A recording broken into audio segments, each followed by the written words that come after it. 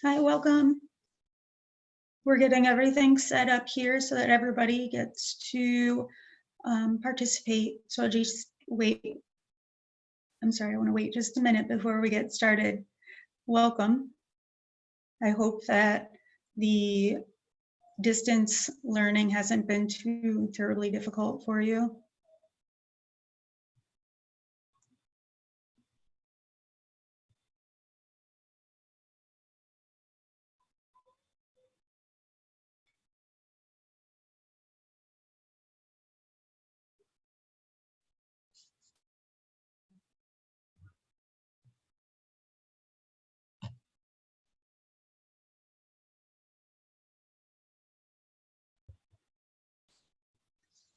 So welcome. I'm just going to need a minute or so.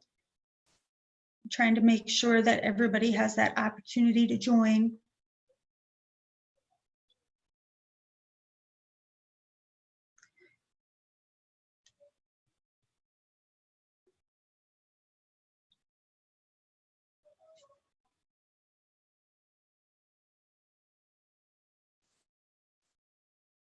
I hope the distance learning wasn't too, or isn't too difficult for you.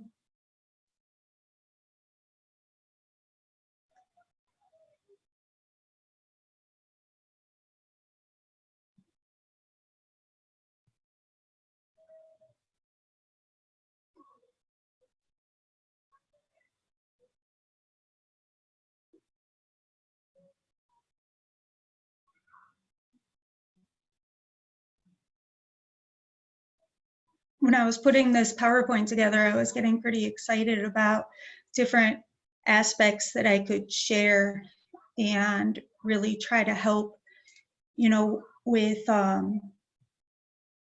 French teaching, I think more so than, say, Spanish. Oftentimes I find that I am by myself, where the Spanish teachers in my school, there are 3 of them that talk and get to throw things out and work collaboratively. I'm the only French teacher. So as I was putting together all the slides, I kept thinking, this is great. I love being able to share this information. So I hope you find it useful. We will have time at the end for question and answer. You just have to hit the little Q&A button and write a question, and we'll get them at the end.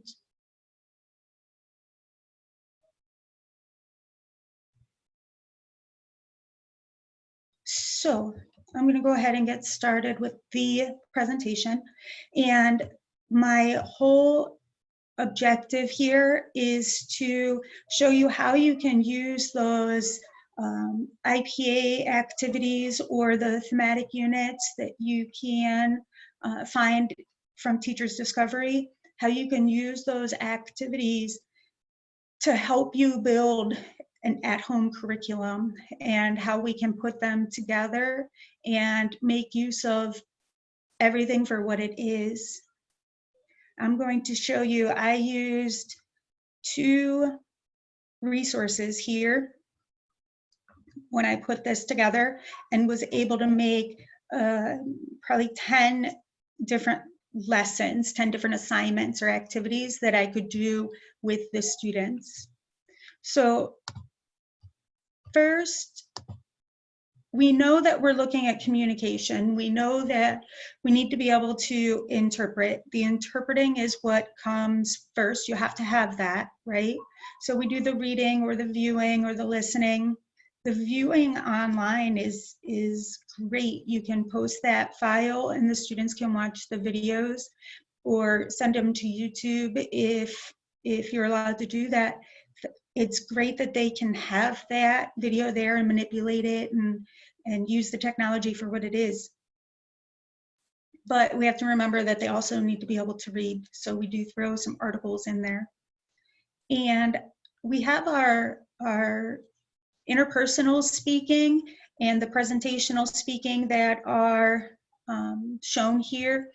But I want you to keep in mind that whether it's speaking or writing, being interpersonal and presentational can kind of go back and forth depending on what you're looking for.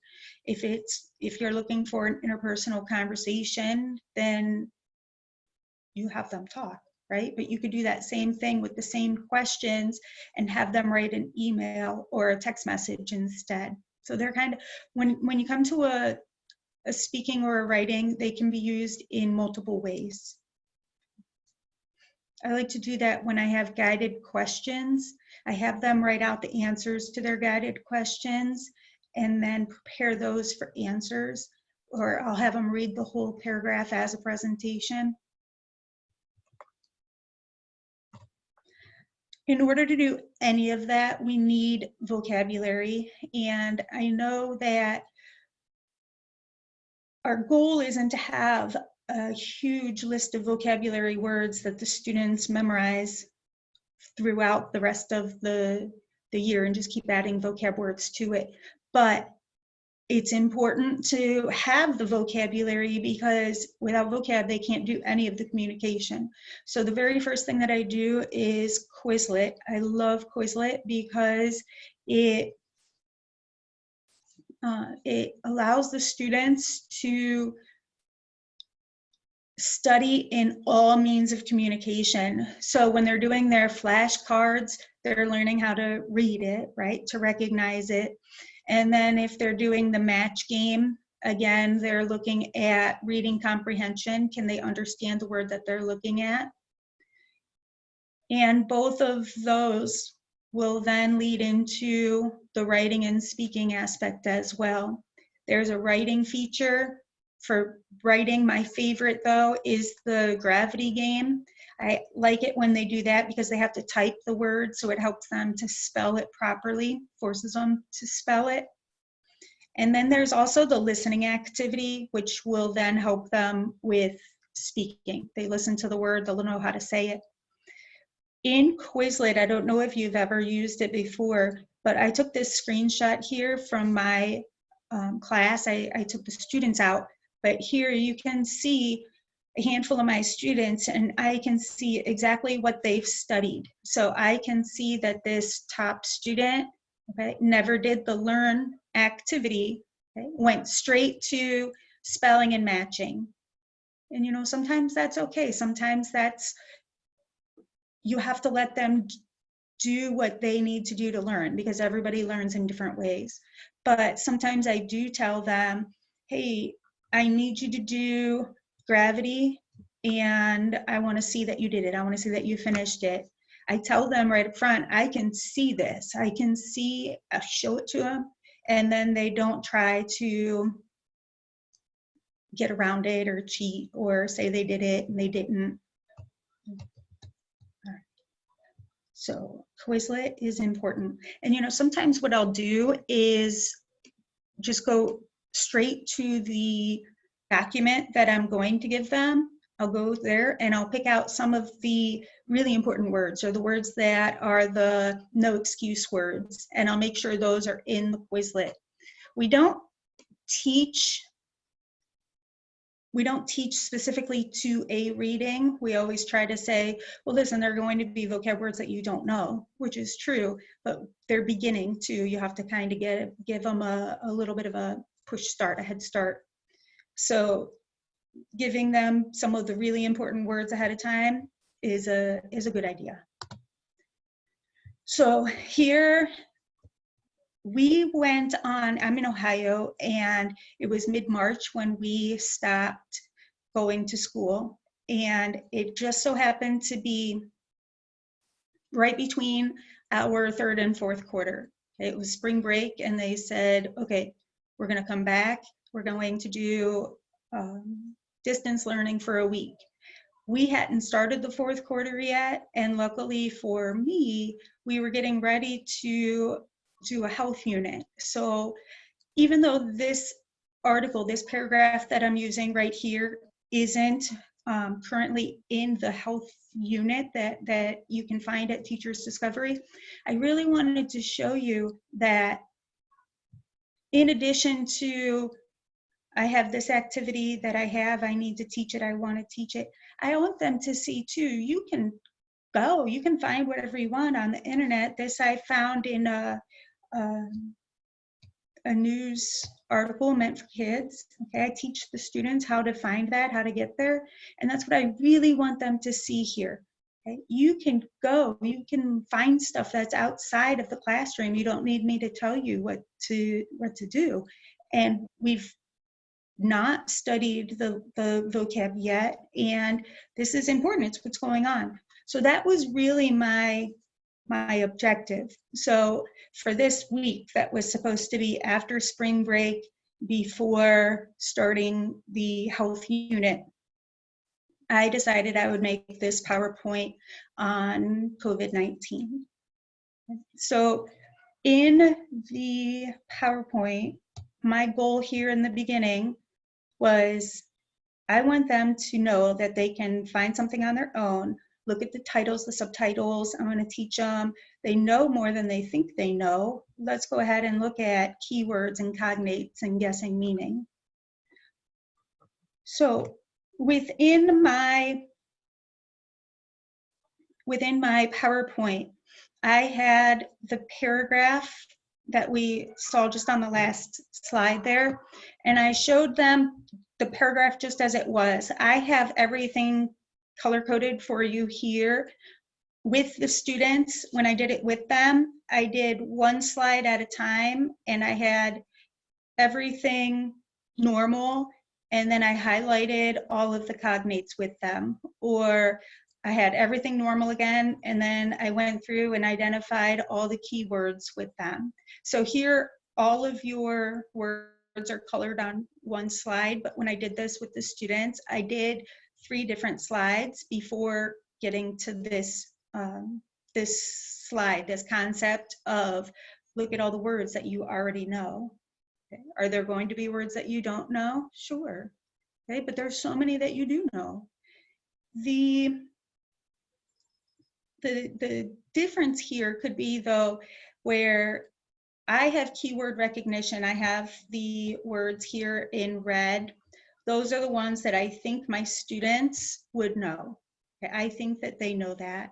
Now, for me, if I look at the bottom, right at the end, appel, do my students know that? Do they not know that? It really depends on if they remember from the beginning of the school year that this is how you say calls, okay? Je m'appelle.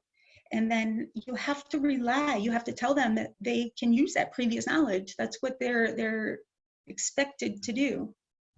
So as I was highlighting, some of it was difficult for me to decide on a color, because some might have been keyword, some might have been a cognate, or some might have been guessing meaning. Really depends on your previous knowledge or your students' previous knowledge.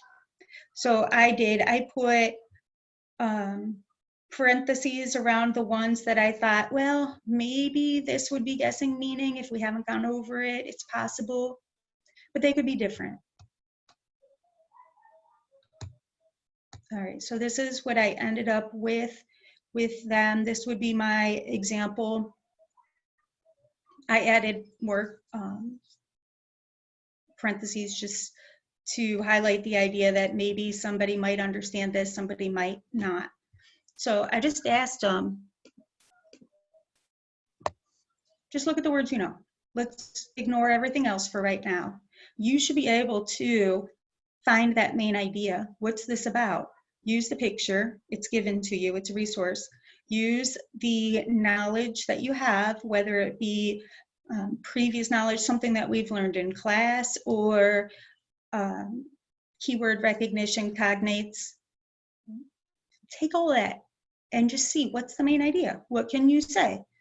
And with that, I find in the speech bubble, this is what I think my students or some of my students might say. What's the main idea? They put all those words together, and I think they could come up with this. I think the trouble is going to be when they get to how are they going to say, oh, you have difficulties in breathing. They might say something that's grammatically incorrect. Then we can help them. And I would say, if they're struggling with that, well, go back to the article. Okay? Go back to the article, find where it is in the article, and use that as your resource, because your sentence structure is already there, the spelling is already there. You're using the resource that's available to you.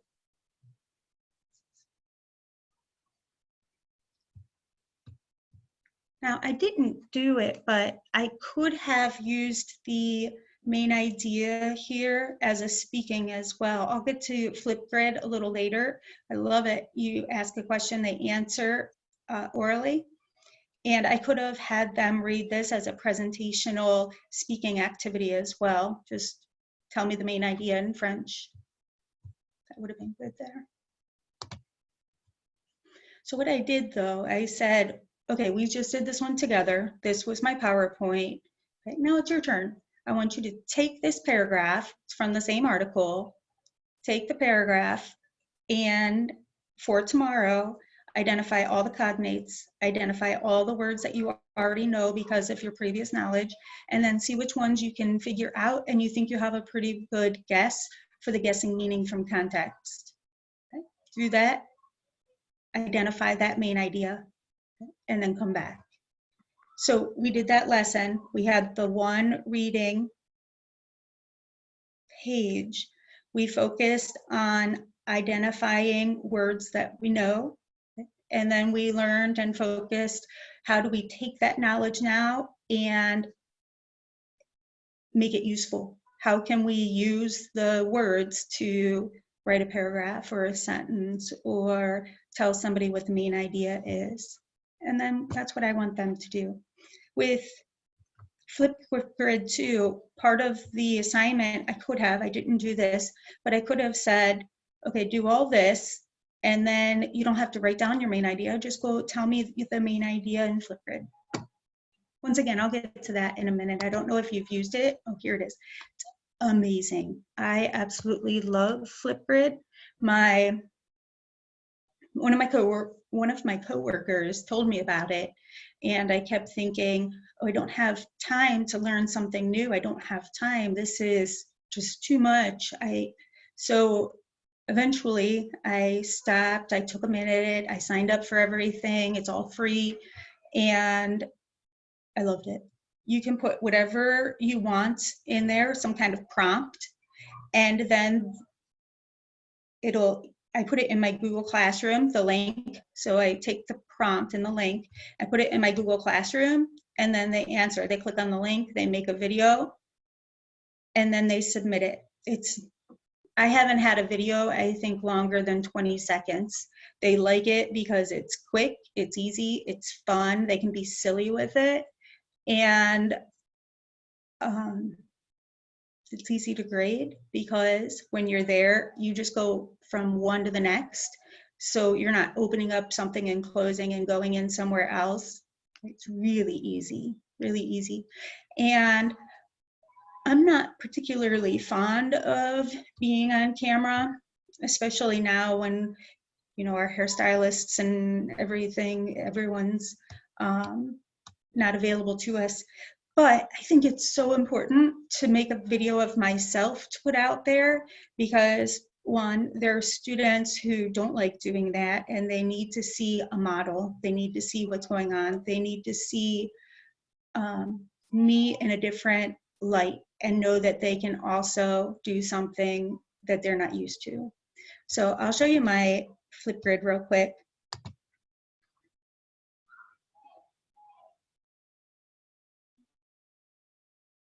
Maybe.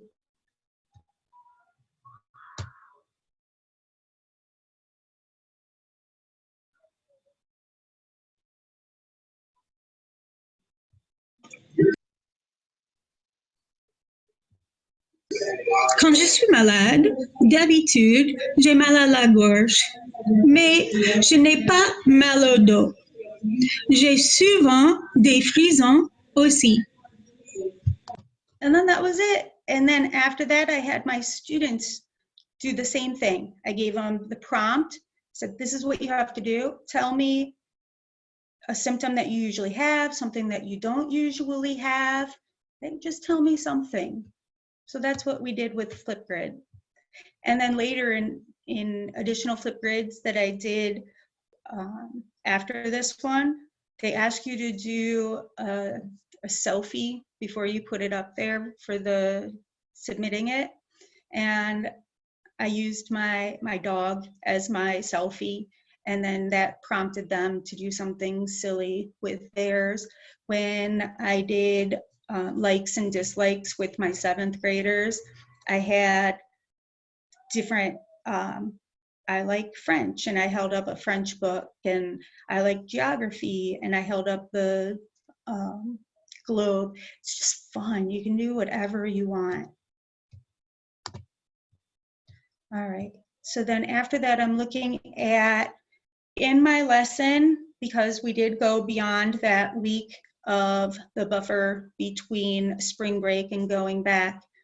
So now we're staying at home. We know we're going to be at home. I needed to do more than vocab. I needed to do a little bit with grammar, the idea of cognates here, to be specific. Now, cognates for us is a review. My students already know. We start talking about cognates in the very beginning of the school year. I give them all the same information, and then I question it as we go. I keep saying, okay, what is it, first of all? Okay. Why might they be difficult to say? What do we need to remember? How can we use cognates in our benefit? How can we use them? How can we make life easier by using cognates? So we do focus a little bit on that from the beginning of the school year, and then I just never stop. Whenever they come up, I talk about cognates. Why are they important? What do we need to remember? So I took there was a video, or there is a video in the Base du Français, the Francophone Experience unit. There was one cooking video that I have in there for cognates, and I used that video for the next activities that you're going to see. I use that same video.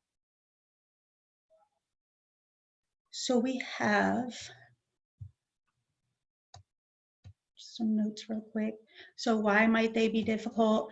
The important pronunciation reminders that I had for them.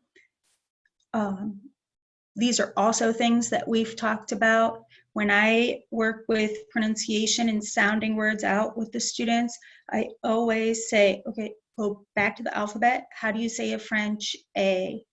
Okay. How do you say a French E? Okay, what happens if you put an L in front of that E? What sound does that make? And I go through step by step. I have 7th and 8th graders. This is the beginning of their French experiences. So I find that I need to do that step by step, and it really does help. They know what to expect, and then eventually when they're doing it on their own, they can sound it out by thinking, I know the alphabet, I know the accents and what the accents are telling me to do. This is how I know how to pronounce it. And this is a PowerPoint presentation. I don't want to forget to mention, during this time of distance learning, with my PowerPoint presentations, I like to do them live. I like to give the presentation live.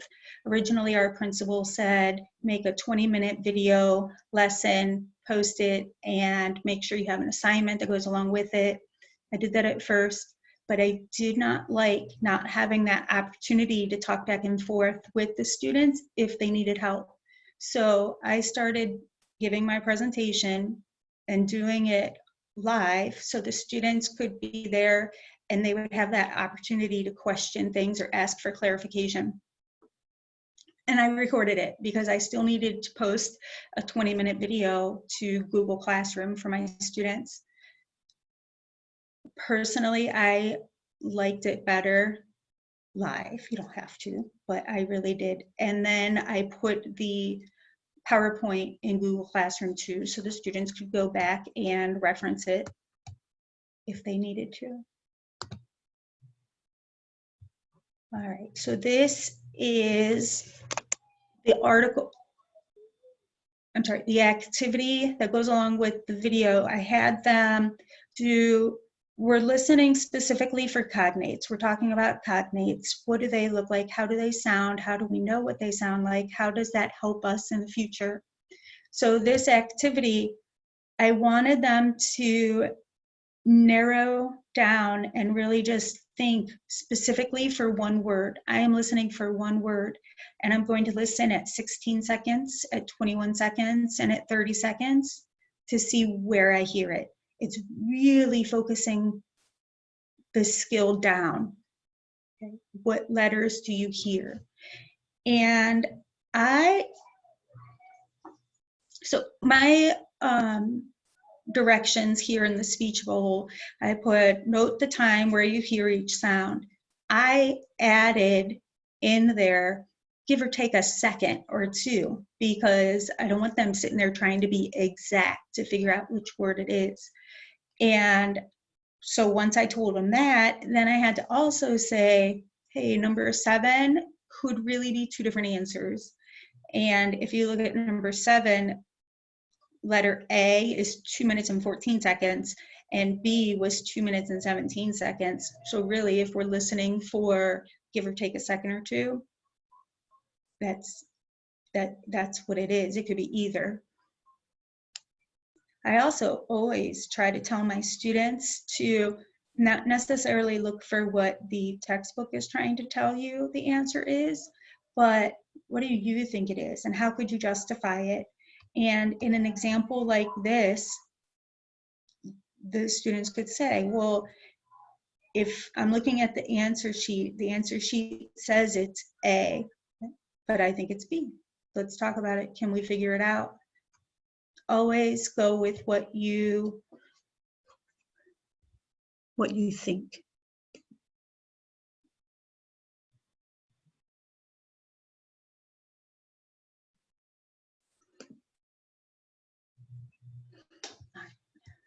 So let me show you. This is the video that corresponds with this activity that is found in the thematic unit.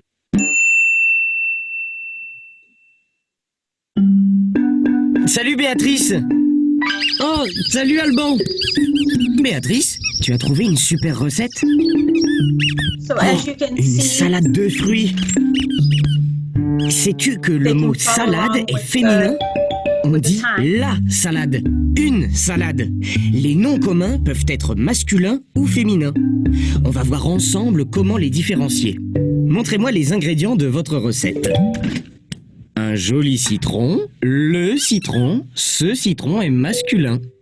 Pour savoir si un mot est masculin ou féminin, écoutez bien le déterminant So qui you can l'accompagne. see they have the time bar available to them. They just have to watch. They can stop it. They can go back. They can manipulate that video as they need to find the answer, because that's our ultimate goal. Can you hear that word? So then after the cognate lesson and the cognate listening activity, here I used Flipgrid and I said, choose 4 cognates that you want. It doesn't matter which ones. I want to hear you say it in English, followed by French. And they were really good. They chose the ones that they were comfortable with. They didn't all choose the same one. And I think they felt like they had that freedom to, since they had the freedom to choose, that they could move forward with it and make them feel more in control of their learning. So when I had my results, after I watched all of the videos on Flipgrid, I noticed the number 1 mispronounced word was family. And a lot of people said it. They chose the word family, and they said famille. Really, they were enunciating that L because you can see them. So I thought, well, how can I fix this? Let's go back. And I I like this Camille La Chenille. I don't know if you've ever listened to it before, but it's cute. I'll play it. And in the directions, I told them, listen, our goal here is for you to listen and understand that you don't hear the L's when it has that I-L-L-E. That's what we're listening for. So listen. And it's a fun way to listen. Songs are always helpful.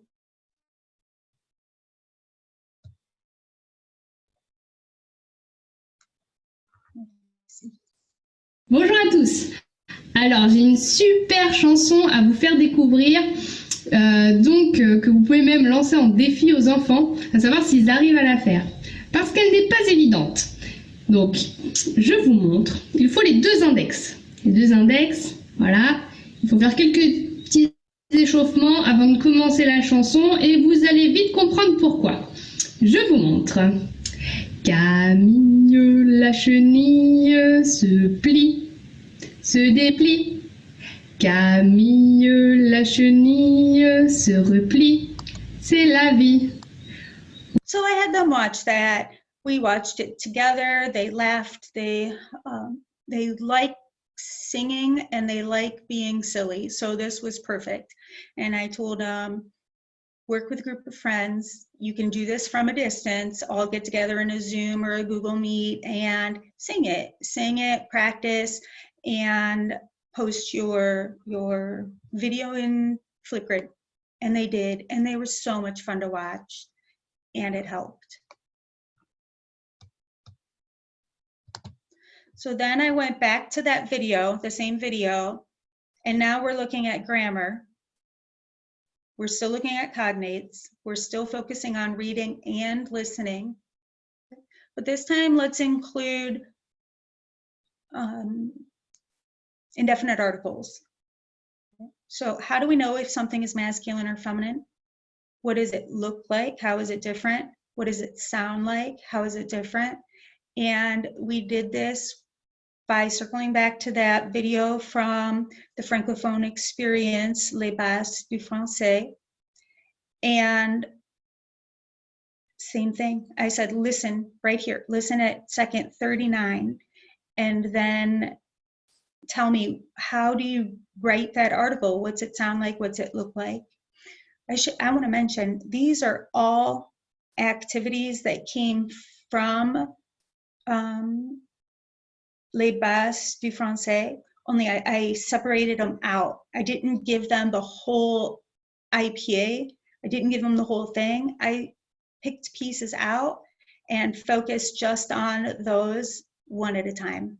I found that's really important, because I found if I didn't do that, the students were almost overwhelmed, especially because they were home. I had a lot of parents tell me, hey, we don't have anyone that can help. We don't know.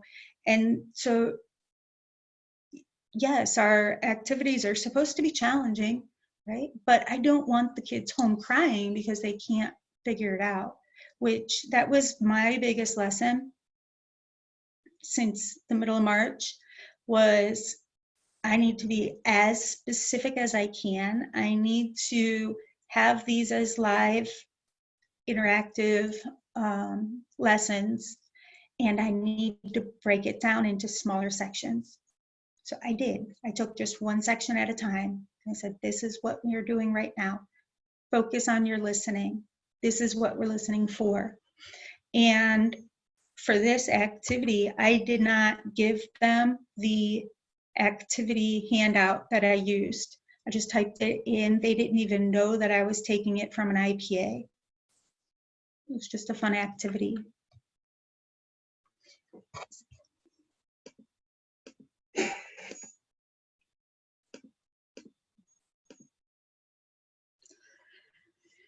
And then following this, we did, still on this same video, now let's talk about reading. What's the author's purpose? What's the organizational features? And how can we analyze it? What can we learn from it? The questions here that are yellow, green, and red, this was an assignment that I gave the students. I had them type up a response and submit it to me in Google Classroom. And I wanted to know, tell me, write a paragraph. Who was it for, right? Why was the video made? What were the strategies? And what do you think you can use now moving forward? Once again, these were taken from the IPA in Les Bases du Français.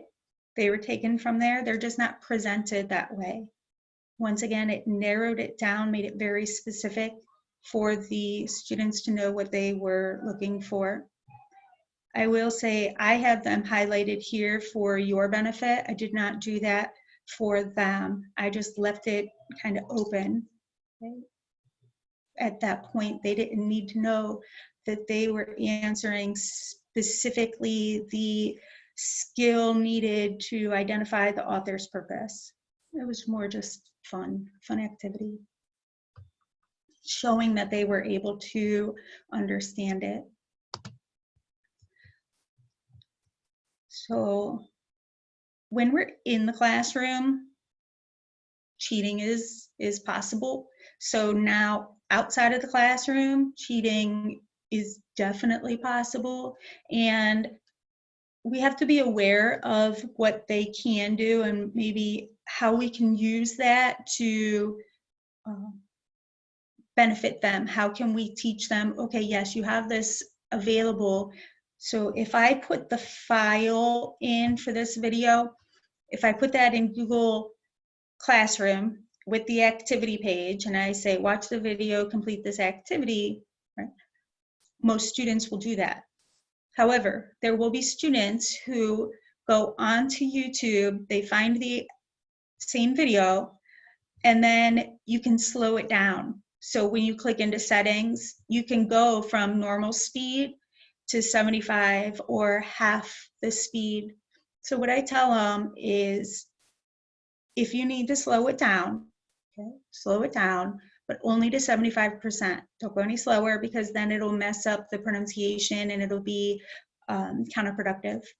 So if you need to slow it down, maybe try first without slowing it down, see what you can understand, and then slow it down.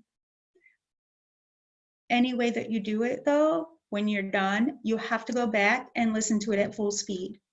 Okay? Go back, listen, think about what you just focused on slowly, and now look at it in real time.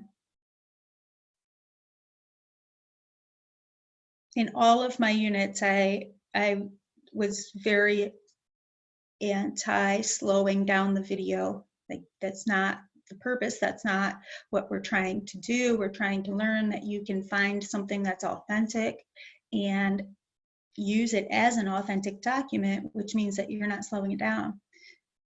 That was to the standards. And then the more I started doing it, the more I saw that it was helpful for some, maybe not all, but for some students to slow it down. So once again, I just take it then and say, okay, I know you're going to do this, but do it this way. And now here, I just have a couple of notes about programs that I like to use.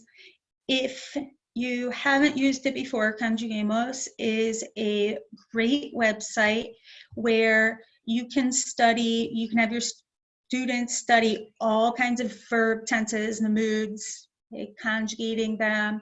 They have vocabulary activities as well and some grammar, but I like Quizlet better for vocabulary activities. And sometimes I'll use this one for grammar, but really the verbs, that's where I find the most benefit. So when the kids go to the main page, and you can, when you put the link in Google Classroom, you can click specifically on what verb group or verbs you want them to study and put that in the link. So when they click on it, they'll go directly to the present tense of ER verbs. And when they're there, they'll end up with something that looks like this, where Conjugamos gives them a subject, followed by the infinitive of the verb, and then the answer. The nice thing about it, you check your answer right now. If you're wrong, It shows you what the right answer is and makes you go back and fix it before you can move forward.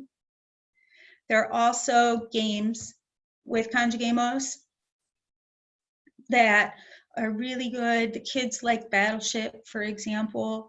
Tug of War is another good one. Really anything that helps the kids become interested in conjugating verbs, because conjugating verbs isn't interesting, right? So any way we can get them to do it. Most times with Conjugamos, so it is free. You can sign up. Your kids don't need to purchase anything. And I have my students take screenshots. So I'll say, go to Conjugamos, do this activity, ER verbs in the present tense for 5 minutes, and then give me a screenshot of your results, submit it into Google Classroom. Even before we did distance teaching, I did that. I found it to be very helpful, and it held the kids accountable. So do it for 5 minutes, take a picture.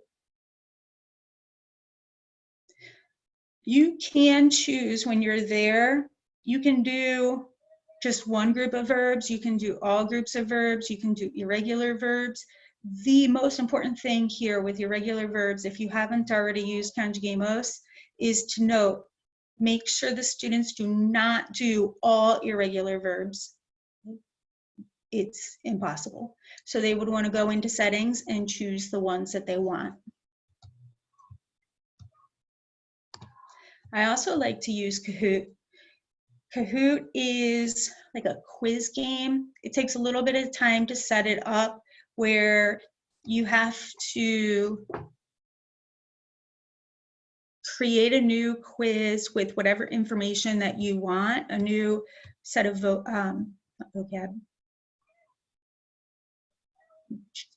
targeted questions. What do you want them to know?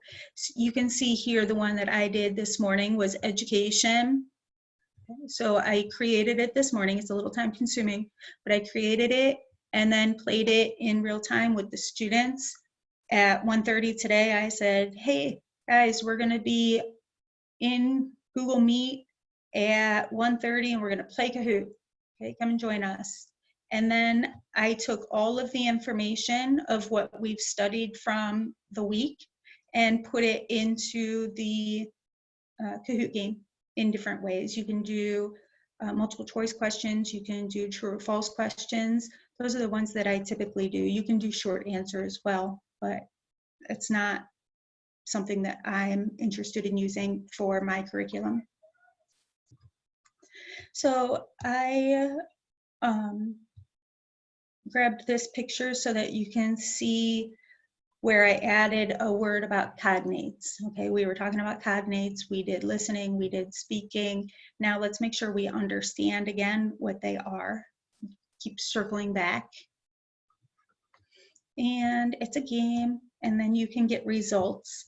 So after the Kahoot's over, it'll save to my Google Drive, and I cut their names out of it here, but it shows me the students, how they ranked in the game, and how many they got right and how many they got wrong. So they don't see this, they don't need to see this, they play the game, they know who won, right? They put them on a cute little pedestal at the end, but the data that I get from it is remarkable. So I take that information that I taught them through the IPA, through the IPA activities, the thematic units, anything that we've discussed that I can make a question about, and I put it into Kahoot. And then that's how I verify that they're understanding, right? And they like it. Google Forms, if you haven't used Google Forms, this is another resource that has become one of my favorites, because I ask the kids, what do you like? What did I do that was easy? What could I improve on? So here I asked them, we're learning remotely. Usually when we play these games, we're in class, it's exciting, everybody's loud and having fun. But here, we're all at home, we're in our quiet rooms because nobody's talking, And is it fun? I don't even know if it's fun. So I asked them, do you like it? Do you like playing games? Yes.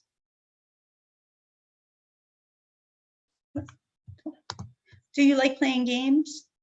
I can see the majority of the students do. I make them optional. I don't make them mandatory. And then I asked, which ones do you like better? How do you like to do it? We did Quizlet Live, we did Kahoot, and different kids like different ones. And just recently I did a survey on Quizlet Live because there's a feature where they can play alone individually or with a team. So I wasn't sure which way was going to be best. And when I did the survey, I was surprised to see that it's split. Half the kids like doing it together, half of them would rather be separate. And their reasons were all different. So what I learned from that is I'm going to have 2 games. I'm going to have one if you want to practice this vocabulary with us and be on your own, not with a team, then you can play at 1. And then I'll do it again. If you want to play in teams, we'll do it at 1:30. The kids like options. They like to know that we're keeping them in mind and what's good for them, and differentiating instruction is what we do in the class, so we need to do it from home too. And it's not always going to be easy to find a way to do that. Right now, Google Forms has been my go-to way to collect data on knowing, what's working and what's not working. One second.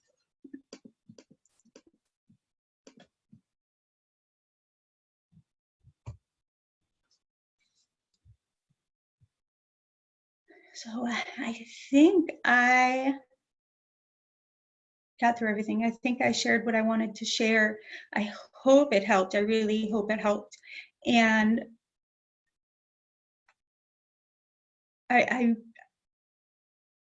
there are a couple things I want you to take away. First, the students want to be heard. They want to know that you're trying to do the best that you can. Getting instruction for learning a second language from home is not going to be easy. And it's that whole idea of we're in this together. Okay, I'll help you. I want to teach you. I want you to learn. Tell me what's working and tell me what's not working. Okay. And then on my end, I need to remember they're home. Most of them don't have anybody that can help them with the assignments. I need to be very clear with my directions. I need to take the IPA, take the activities, separate them out, make them very purposeful. This is what we're doing today. This is why we're doing it. Okay. This is where we're going. I really have to break it down. Once again, I have 7th and 8th graders, but I imagine the older students would appreciate that too. Very clear. It's not like in the classroom where when I give directions, then somebody could ask a question a minute later and clarify. So I do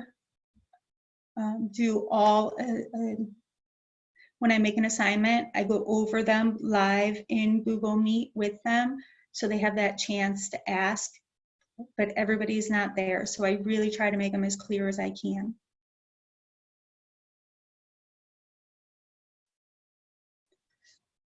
Then Chuck, I think that, I'm sorry, Charles, if you're ready for questions. Yeah, I think so. Hi, everybody. I'm Chuck. I think this is the first time I've actually been on camera for one of these.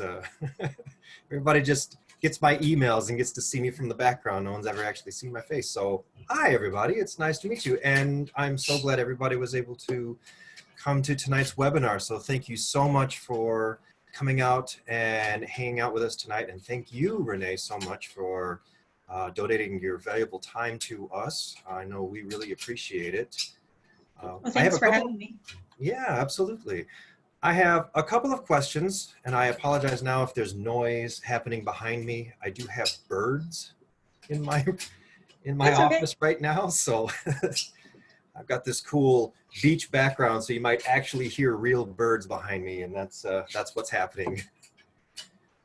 So Nice. I think the most important question everybody's asking right now is, what is your motivational tool to get students to show up for a Zoom meeting? There were a lot of teachers who they're not allowed to penalize the student for not attending. Right. We're not They either. have a lot of low attendance. So what is your secret for that? So I keep it, it's not mandatory. I keep it at the same time every day and in the same code so they can put it on their,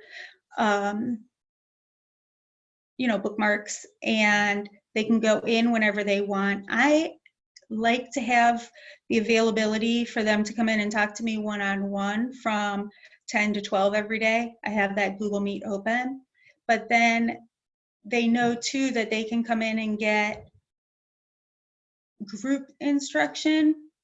Let me think so they can get in there, they know where they're going, they know the different times that they can get in there.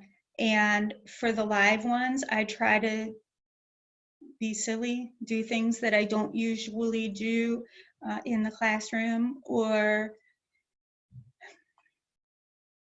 I don't know. You know what, I will say, my school's guidance counselors, they did a Google form saying, what would make this better? What can you do? And interestingly enough, the students, she sent me a picture. One of the students said, I love French because it's interactive. I don't feel like I'm alone at home. I feel almost connected with my classmates. I miss them. I haven't seen them.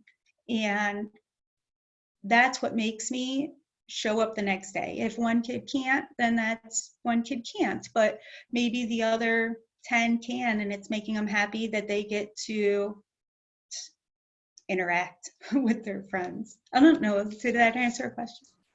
Yeah, I think so. Thanks. Let's see, we've had a couple of questions about Quizlet. Okay. One of the questions was, where on Quizlet can you see a screen for what the kids have done? Do you have to upload the class names?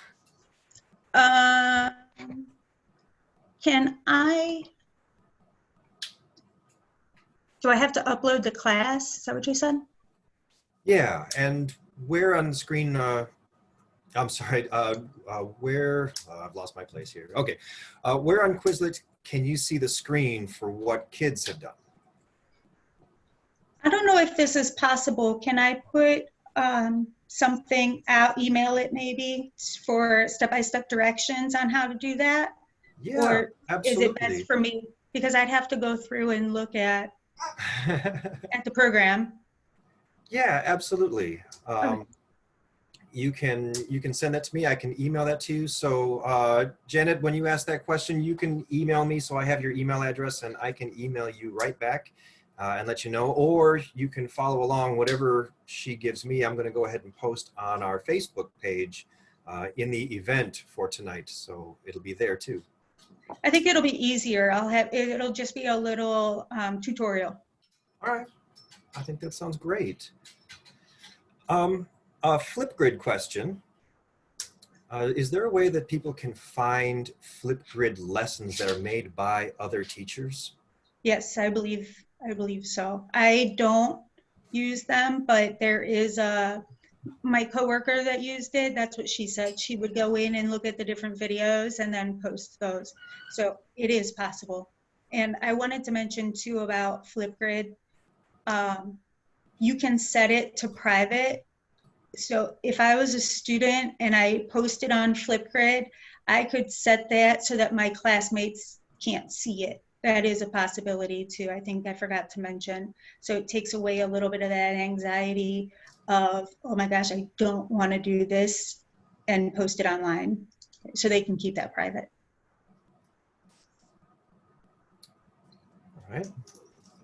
Question about your mini grammar lessons. Mm-hmm. About how long are they? Not very long. I really try to keep it basic and short because we all know that grammar is not fun. So we need to try to find a way to squeeze it in there and then do something fun with whatever it is that we just talked about. So a very small amount of very specific instruction, and then apply it. What can we do to apply it? Then that is more time consuming. We have a couple of teachers who their time is very limited. They may only get 15 minutes a day with their students. Do you have any advice for teachers who are trying to implement everything that we've encompassed today, but within a really short time span? Like if they only have 15, 20 minutes per day with their kids, or sometimes even less than that. They want to be able to keep it fresh and they want to be able to keep it new, but how do you do that with such a limited window? You know, I think even we're not limited on what we can do. I still limit it myself because you don't want to be really long and overwhelming with the information, and you don't want it to be a boring lecture where you feel like you're in the classroom. So really, you're taking these ideas, whatever you can find, you're making the short lessons, and just like a short video or a small bit of like a portion of a video. Just keep it simple.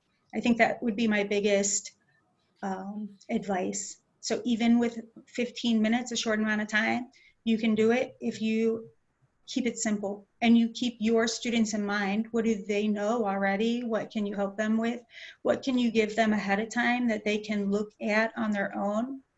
Using the same video like I did with the cognates helps, because then they're already familiar with that video. They know where to find it. They know what is important about it. Those are some of the skills I would advise. We know that Quizlet is free. Is Flipgrid, is that also free? I think that is. Yeah. Yep. We've got time for just one or two more quick questions. Here's an interesting one. Have you thought about how dialogue activities will be implemented when you return to the classroom? Because dialogue and social distancing do not always mix. Right.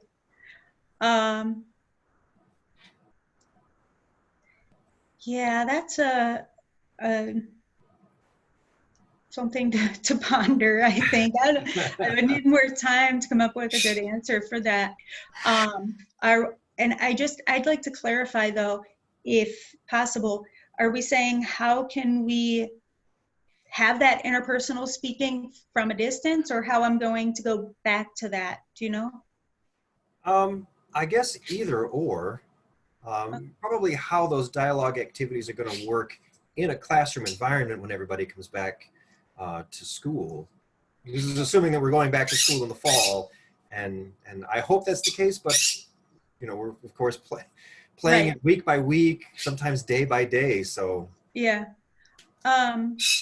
You know, when we're doing it digitally, I think it's fairly easy for the kids to set up a Google Meet or something where they can communicate with each other just one-on-one. The complicated part's going to be when they're all back in the classroom and everyone's kind of saying something different and talking. And I think at that point, the issue is going to be more so keeping the students focused than the activity itself, I think. Yeah. Well, Renee, thanks so much again for joining us. I really appreciate all of this. I'm really happy to do this. For everybody else, thank you so much for joining. I really appreciate it. You will receive an email from me later. That email is going to have some links, including a link on how you can fill out a little form to get your professional development certificate. So look for that in your email. If you don't get it tonight, it'll probably be sent to you tomorrow. Otherwise, be sure to follow us on Facebook, because that's the best place where you're going to get new information as to when our next events are going to be. It's where you can continue this conversation, talk more about using thematic units and about how best to teach remotely. There are a lot of people who could use a lot of advice, so we always really appreciate it. Renee, thanks again, and I hope you have a great evening. Thanks, you too. You can forward me questions if people send you questions. Absolutely. Yeah, if you can't get on Facebook, you can always just email me if you have any questions for Renee. I will happily forward those questions along and hopefully get all of your questions answered. Thank you. Absolutely. Have a great night. Thanks, you too.